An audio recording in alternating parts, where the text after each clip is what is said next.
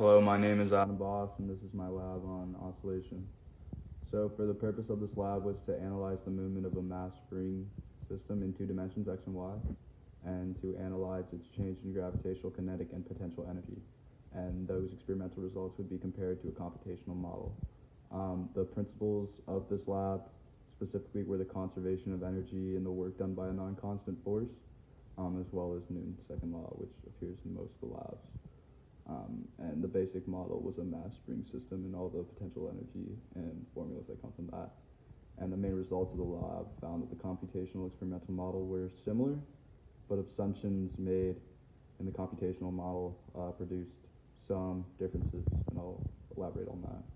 Period was found to be about 1.52 seconds with a rest length of 0.123 meters and a spring constant of 6.9 newtons a meter.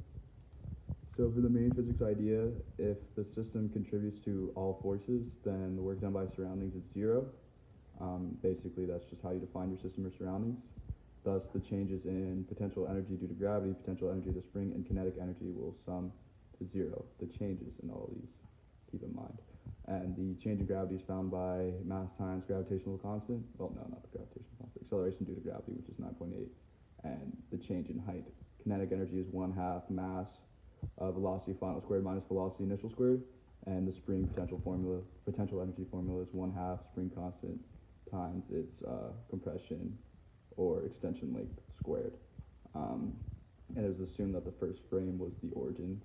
And then also for the coding, it was assumed and for the experiment, there was no air resistance. That was an assumption to make things smoother, because that would be a force contributing to the change in energy. So for the experiment, the system was the mass, the spring, and the earth. The surroundings is technically everything else, but we consider that negligible. The initial conditions of the experiment found the mass of the ball, so to speak, was 0.402 kilograms, with a starting length of 0.7 meters.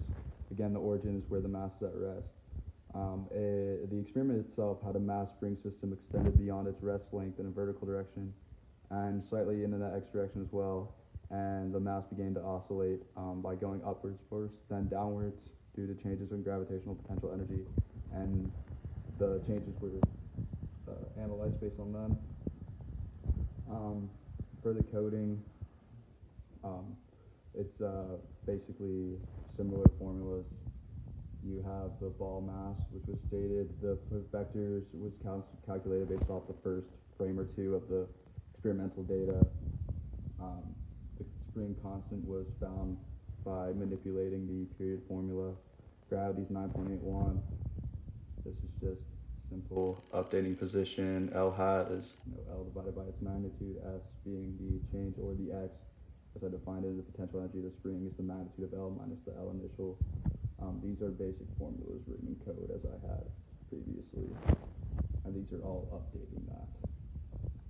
And so for the results, the model and the experimental data, they were pretty similar.